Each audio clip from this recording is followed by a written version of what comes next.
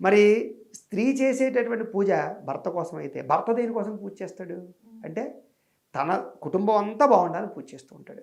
ఈ రకంగా పూజలు చేసుకుంటూ ఉంటారు. అయితే స్త్రీకి ఎప్పుడైతే భర్త మరణిస్తాడో మరణించిన తర్వాత ఇంకా స్త్రీకి కోరికలు అనేవే ఉండవని. స్త్రీకి ఇంకేం కోరుకుంటుంది? భర్త అంటూ చనిపోయిన తర్వాత తనకి సుఖం ఉన్నా, ఐశ్వర్యం ఉన్నా, సౌభాగ్యం ఉన్నా, బంగారపు ఆభరణాలు ఉన్నా, వస్త్రాలున్నా, పెద్ద పెద్ద భవంతులున్నా అనుభవించాలి అనే ఆసక్తి ఎక్కడ ఉంటుంది? ఎప్పుడైతే భర్త ఉంటాడో ఇద్దరు కలిపి ఆనందంగా వెళతారో అప్పుడో కారులో దిగినా లేకపోతే ఇద్దరు కలిపి దంపతులకు ఎక్కడికైనా వెళ్ళినా సంతోషము ఆనందం ఎవరితో ఉంటాయి? స్త్రీకి భర్తతోటే ఉంటాయి.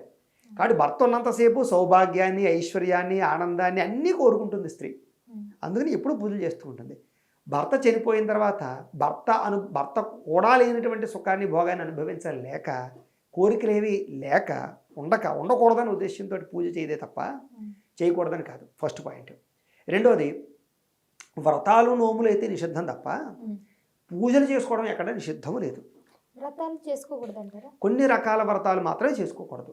ఇప్పుడు ఫర్ ఎగ్జాంపుల్గాను లక్షవత్తి వ్రతం అని ఒకటి ఉంటుంది. అది ప్రత్యేకంగా ఈ భర్త చనిపోయిన తర్వాత కూడా ఆచరించవచ్చు స్త్రీలు. లక్షవత్తులు దాన్ని లక్షవత్తి వ్రతం అంటారు. ఈ లక్షవత్తి వ్రతాన్ని ఇలాంటివన్నీ కూడా ఖచ్చితంగా ఆచరించుకోవచ్చు అనమాట. అంచేత అలాంటి వ్రతాలు స్త్రీలకు ఉన్నాయి. కొన్ని వ్రతాలు ఉన్నాయి. అవి దేనికంటే కనుక చిన్నప్పటి నుంచి అప్పటిదాకా చేసిన మహాపాపాలన్నీ దహించి వేస్తాయి. ఒక్కొక్క ఒత్తు ఒక్కొక్క పాపాన్ని దహించేస్తుంది అని చెప్పేసి, 1,00,000 రకాల పాపాలు పోగొడుతుంది అని చెప్పేసి, అంత్యమందు మోక్ష మార్గాన్ని ఇస్తుంది అని చెప్పేసి స్త్రీలు ఖచ్చితంగా లక్షవతి వ్రతాన్ని చేస్తారు భర్త చనిపోయిన తర్వాత కూడా. ఇలాగ కొన్ని అవి దేనికోసం చేస్తారంటే ఏదైనా మహాపాపాలు చేసేసినా, భర్తని నిందించినా, లేదా ఇంట్లో అంటూ ముట్టో మైలు అవి కలుపుకున్నా, ఇలాగా చేయకూడని పనులు చేసినా, ఇలా వివాహేతర సంబంధాలు లాంటివి ఏమైనా పెట్టుకున్నా, ఇలా కొన్ని కాదు మనసులో భర్తను తిట్టుకున్నా కూడా దోషమే.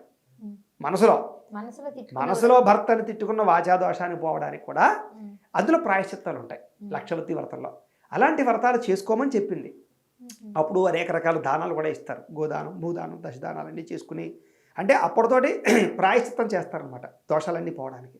ఆ తర్వాత కృష్ణారామ అనుకుంటూ అప్పటి నుంచి అబద్ధాలు ఆడడం కానీ, తప్పు మాటలు మాట్లాడడం కానీ, తిట్టడం కానీ చేయకుండా నామస్మరణ చేసుకుంటూ జీవించాలన్నమాట. అలాగ కొన్ని వ్రతాలు అయితే ఉన్నాయి, అవి చేసుకోవచ్చు. అయితే ఏమిటంటే ఈ వ్రతాలు చేయకపోవడానికి, పూజలు చేయడానికి వల్ల కారణం ఇది. నిత్య పూజ మానకూడదు. రోజు ఎవరు పూర్వసువాసనలైనా సరే ఇంటిలో పూజ మానమని ఎక్కడా లేదు. చేసుకుని తీరాల్సిందే, ఆచరించాలి కూడా ఖచ్చితంగా. ఇంట్లో రోజు దీపం పెట్టుకోవడం కానీ, ఇష్టదైవాన్ని పూజ చేయడం కానీ, లేదా